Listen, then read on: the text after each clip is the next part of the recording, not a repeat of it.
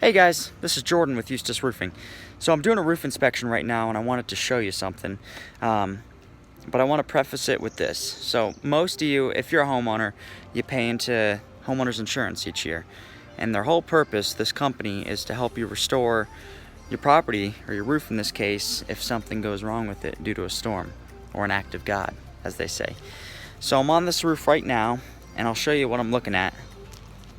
You can see there's a few shingles that have flapped up here on this roof.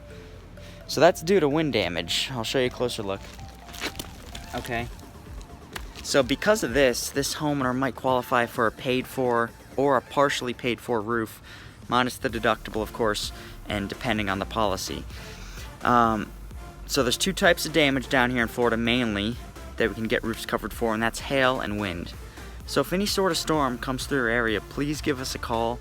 It's tough to tell from the ground sometimes, but we work day in and day out with these insurance companies, so we know the ins and outs to try and help you guys get covered. So give us a call, and we'll come out and do an inspection for you. Thanks.